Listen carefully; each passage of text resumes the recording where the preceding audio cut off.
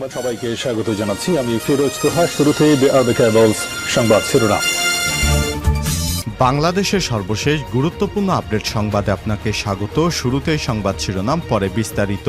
শুরুতেই জানিয়ে দিব, ভারতে উদ্বাস্ত শেখ হাসিনা, কি ভাবছে নরেন্দ্র মোদী সরকার। গণবিপ্লবের মুখে বাংলাদেশের স্বৈরশাসক শেখ হাসিনা পালিয়ে ভারতে আশ্রয় নিয়েছে। সঙ্গে রয়েছে তার ছোট বোন শেখ রেহানাও। পদত্যাগ করে পালানোর দিনটি ছিল গত 5 আগস্ট। এরপর দেশটিতে অবস্থানের 45 দিন পার হয়ে গেছে। এখন শেখ হাসিনা ভারতে তার সমস্ত ভিসা পাসপোর্টের মেয়াদ শেষ হয়েছে। এখন শেখ হাসিনা ভারতে উদ্বাস্ত হিসেবে রয়েছে। কি ভাবছে শেখ হাসিনাকে নিয়ে নরেন্দ্র মোদী, এ বিষয়ে গুরুত্বপূর্ণ সংবাদ জানাবো, সঙ্গেই থাকুন। এরপর জানিয়ে দিব, 3 পার্বত্য জেলায় সংঘর্ষের সূত্রপাত যেখান থেকে, জানালো আইএসপিআর। 3 পার্বত্য জেলায় সংঘর্ষ নিয়ে বক্তব্য দিয়েছে আন্তঃবাহিনী জনসংযোগ পরিদপ্তর আইএসপিআর। শুক্রবার 20 সেপ্টেম্বর এক সংবাদ বিজ্ঞপ্তি দিয়েছে আইএসপিআর জানায়, গত বুধবার 18 সেপ্টেম্বর খাগড়াছড়ি জেলা সদরে মোটরসাইকেল চুরির ঘটনাকে কেন্দ্র করে মূলত উপজাতিদের সঙ্গে এই সংঘর্ষের সূত্রপাত হয়। এ বিষয়ে গুরুত্বপূর্ণ সংবাদ জানাবো, সঙ্গেই থাকুন। এদিকে পাহাড়িদের উপর হামলার প্রতিবাদে শাহবাগে বিক্ষোভ। খাগড়াছড়ি দিঘিনালায় পাহাড়িদের উপর হামলার প্রতিবাদে রাজধানীর শাহবাগ মোড় অবরোধ করে বিক্ষোভ করেছেন বিক্ষুব্ধ যুম্ম ছাত্র জনতা। আজ দুপুর 12টার দিকে বিক্ষুব্ধ যুম্ম জনতার ব্যানারে কয়েক শতাধিক মানুষ এই অবরোধ কর্মসূচিতে অংশগ্রহণ করেন। জানিয়ে দিব, 3 পার্বত্য জেলায় সবাইকে শান্ত থাকার আহ্বান উপদেষ্টার। পার্বত্য চট্টগ্রামের 3 জেলায় বসবাসকারী সব জনগণের নিরাপত্তা নিশ্চিত করতে নির্দেশ দেওয়া হয়েছে জানিয়েছেন প্রধান উপদেষ্টা ডক্টর মোহাম্মদ ইউনূস। সেখানকার সবাইকে শান্ত থাকার আহ্বান জানিয়েছেন তিনি। এদিকে রাষ্ট্র সংস্কারে প্রস্তাব দেবে বিএনপি, জ্যেষ্ঠ নেতাদের নিয়ে কমিটি গঠন। অন্তর্বর্তীকালীন সরকারকে সার্বিক সহযোগিতা করবে বিএনপি। প্রধান উপদেষ্টা অধ্যাপক ডক্টর মোহাম্মদ ইউনূসের নেতৃত্বাধীন সরকারকে ব্যর্থ হতে দেবে না। এই সরকারের রাষ্ট্র সংস্কার উদ্যোগকে স্বাগত জানিয়েছে দেশের বৃহত্তর রাজনৈতিক দল। এবং সর্বশেষ জানিয়ে দিব, উপদেষ্টাদের আয় এবং সম্পদের হিসাব জমা দিতে হবে। অন্তর্বর্তীকালীন সরকারের উপদেষ্টা এবং সমমর্যাদা সম্পন্ন ব্যক্তিদের আয় এবং সম্পদ বিবরণী প্রকাশের নীতিমালা 2024-এর খসড়ার অনুমোদন দিয়েছে অন্তর্বর্তীকালীন সরকারের উপদেষ্টা পরিষদ। প্রধান উপদেষ্টা অধ্যাপক ডক্টর মোহাম্মদ ইউনূসের সভাপতিত্বে বৃহস্পতিবার অনুষ্ঠিত উপদেষ্টা পরিষদের বৈঠকে এ খসড়ার অনুমোদন দেওয়া হয়। সন্ধ্যায় মন্ত্রিপরিষদ বিভাগ থেকে পাঠানো এক সংবাদ বিজ্ঞপ্তিতে সব তথ্য জানানো হয়েছে। প্রিয় দর্শক, এতক্ষণ শুনছিলেন সংবাদ শিরোনাম, এবারে বিস্তারিত। তবে তার আগে বন্ধুরা, অনুরোধ থাকবে এই সংবাদটিতে একটি লাইক দিন। এই চ্যানেলে আপনি নতুন হয়ে থাকলে আমাদের সংবাদটি দেখতে দেখতে চ্যানেলটি সাবস্ক্রাইব করে রাখুন। কমেন্ট করে আপনার মূল্যবান মতামত জানিয়ে দিন বন্ধুরা, এই সংবাদটি আপনি বিশ্বের কোন দেশ থেকে বা বাংলাদেশের কোন স্থান থেকে দেখছেন এবং শুনছেন। এবারে বিস্তারিত। ভারতে উদ্বাস্ত শেখ হাসিনা, কি ভাবছে মোদী সরকার।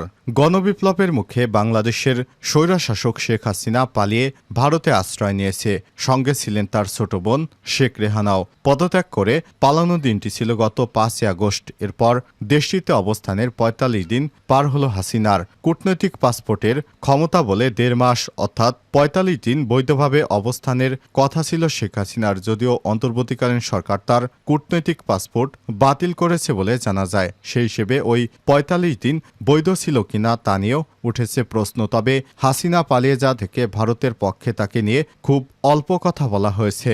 গত 6 আগস্ট ভারতের পররাষ্ট্রমন্ত্রী এস জয়শঙ্কর বলেছিলেন, খুব কম সময়ের নোটিশে শেখ হাসিনা ভারতে এসেছেন। এরপর গত মঙ্গলবার ভারতীয় সংবাদ মাধ্যম এনডিটিভিকে বাংলাদেশের বিষয়ে দেশটি কি করছে এবং তাদের অভ্যন্তরীণ বিষয় উল্লেখ করে সুসম্পর্ক বজায় রাখার বিষয়ে অভিমত জানালেও শেখ হাসিনার বিষয়ে মুখ খুলেনি ভারত। এদিকে 9 সেপ্টেম্বর এক প্রতিবেদনে ভারতীয় আরেকটি সংবাদ মাধ্যম জিও নিউজ জানিয়েছে, বাংলাদেশের বর্তমান অন্তর্বর্তীকালীন সরকার ক্ষমতায় আসার প্রায় 1 মাস পর নোবেল বিজয়ী অর্থনীতিবিদ ডক্টর মোহাম্মদ ইউনূসের নেতৃত্বাধীন প্রশাসন বলেছে যে তারা সহিংস বিক্ষোভের পর গত মাসে ভারতে পালিয়ে যাওয়া সাবেক প্রধানমন্ত্রী শেখ হাসিনাকে ফিরে আনতে আইনি প্রক্রিয়া শুরু করবে। প্রতিবেদনে আরও বলা হয়েছে, বাংলাদেশের আন্তর্জাতিক অপরাধ ট্রাইব্যুনাল আইসিটি প্রধান মোহাম্মদ তাজুল ইসলাম সাংবাদিকদের বলেন, প্রধান অপরাধী দেশ ছেড়ে পালিয়েছে, আমরা তাকে ফিরে আনার জন্য আইনি প্রক্রিয়া শুরু করব। যদিও শেখ হাসিনার বিরুদ্ধে শতাধিক মামলার পর তিনি দেশে ফিরবেন বা ফিরতে পারবেন বা ফেরানো যাবে এমন প্রশ্ন ওঠে নানা মাধ্যমে। যদিও আইসিটি প্রধান প্রসিকিউটর ফরাসি সংবাদ মাধ্যম এএফপিকে জানিয়েছে, ভারতের সঙ্গে বাংলাদেশের অপরাধ প্রত্যার্পণ চুক্তি রয়েছে, যা 2013 সালে স্বাক্ষরিত হয়েছিল। 3 পার্বত্য জেলায় সংঘর্ষের সূত্রপাত, যেখান থেকে জানালো আইএসপিআর। 3 পার্বত্য জেলায় সংঘর্ষ নিয়ে বক্তব্য দিয়েছে আন্তঃবাহিনী জনসংযোগ পরিদপ্তর আইএসপিআর। শুক্রবার 20 সেপ্টেম্বর এক সংবাদ বিজ্ঞপ্তিতে আইএসপিআর এসব তথ্য জানিয়েছে।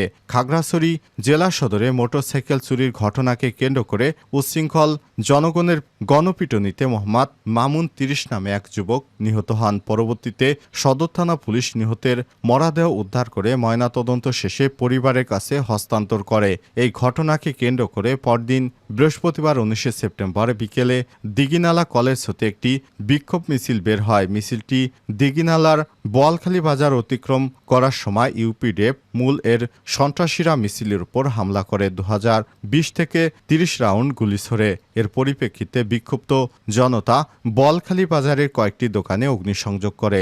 আইএসপিআর আরও জানায়, সংঘর্ষ চলাকালে উভয় পক্ষের 6 জন আহত হলে তাদেরকে চিকিৎসার জন্য দিঘিনালা উপজেলা স্বাস্থ্য কমপ্লেক্স এবং খাগড়াছড়ি সদর হাসপাতালে পাঠানো হয়। পরবর্তীতে সেনাবাহিনীর টহল দল ঘটনাস্থলে উপস্থিত হয়ে পরিস্থিতি নিয়ন্ত্রণে আনে এবং ফায়ার ব্রিগেড এবং স্থানীয় জনসাধারণের সহায়তায় আগুন নেভায়। এই ঘটনার পরিপ্রেক্ষিতে খাগড়াছড়ি জেলা সদর, দিঘিনালা, পানছড়ি ও আশপাশের এলাকাসমূহে উত্তেজনা ছড়িয়ে পড়ে। সেই সঙ্গে কিছু স্বার্থান্বেষী মহল সামাজিক যোগাযোগ মাধ্যমে গুজব ছড়িয়ে ক্রমেই পরিস্থিতি আরও উত্তেজনাকর করে তোলে।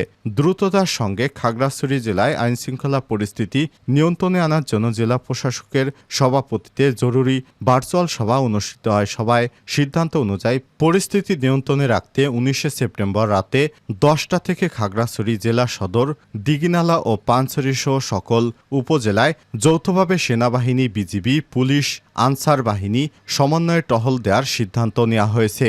পাশাপাশি বিভিন্ন কমিউনিটি লিডারদের সঙ্গে আলাপ আলোচনা করে সকল পক্ষকে সহিংস কার্যকলাপ হতে বিরত থাকার পরামর্শ দিতে বলা হয়েছে।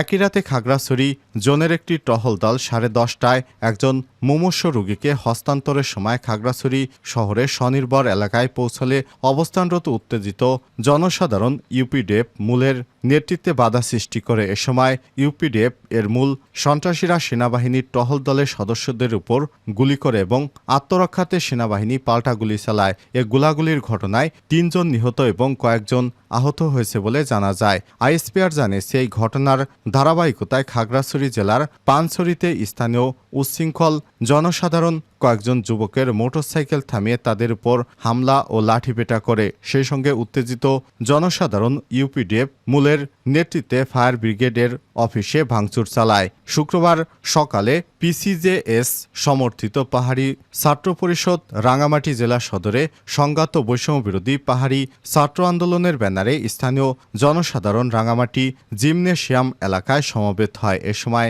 800 থেকে 1000 জন উত্তেজিত সাধারণ একটি মিছিল বের করে বনরূপা এলাকার দিকে অগ্রসর হয় এবং বনরূপা বাজার, মসজিদ, অগ্রণী ব্যাংক, জনতা ব্যাংক, সিএনজি, অটোরিকশা, মোটরসাইকেল এবং বেশ কিছু দোকানে ভাঙচুর ও অগ্নিসংযোগ করে। এতে উভয় পক্ষের বেশ কিছু লোকজন আহত হয়। উদ্বুদ্ধ পরিস্থিতি নিয়ন্ত্রণের লক্ষ্যে রাঙামাটি জেলা সদরে 144 ধারা জারি করা হয়েছে। প্রসঙ্গত, উপরোক্ত ঘটনাসমূহের পরিপ্রেক্ষিতে চলমান উত্তেজনায় 3 পার্বত্য জেলায় ভয়াবহ দাঙ্গায় রূপ নিতে পারে।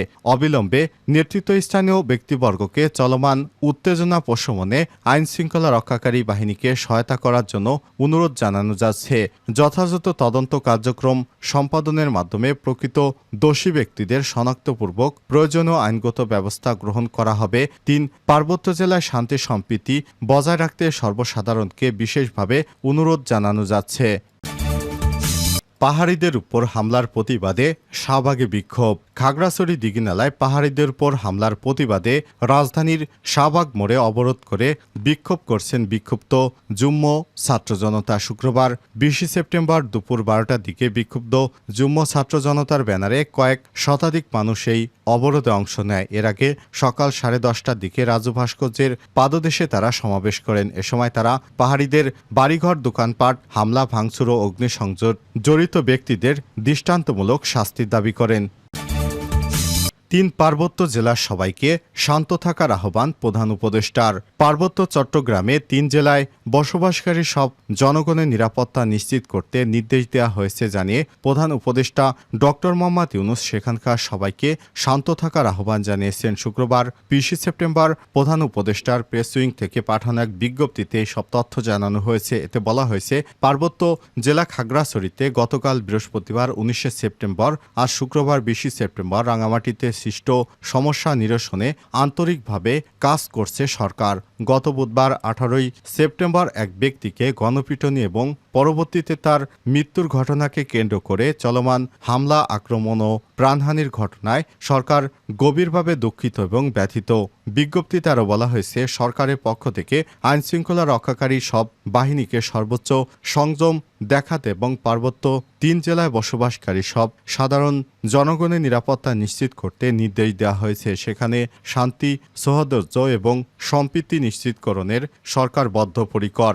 এতে আরও বলা হয়েছে, আইন নিজের হাতে তুলে না নেওয়ার জন্য এবং ধ্বংসাত্মক কাজে লিপ্ত না হওয়ার জন্য সবাইকে নির্দেশ দেওয়া হচ্ছে।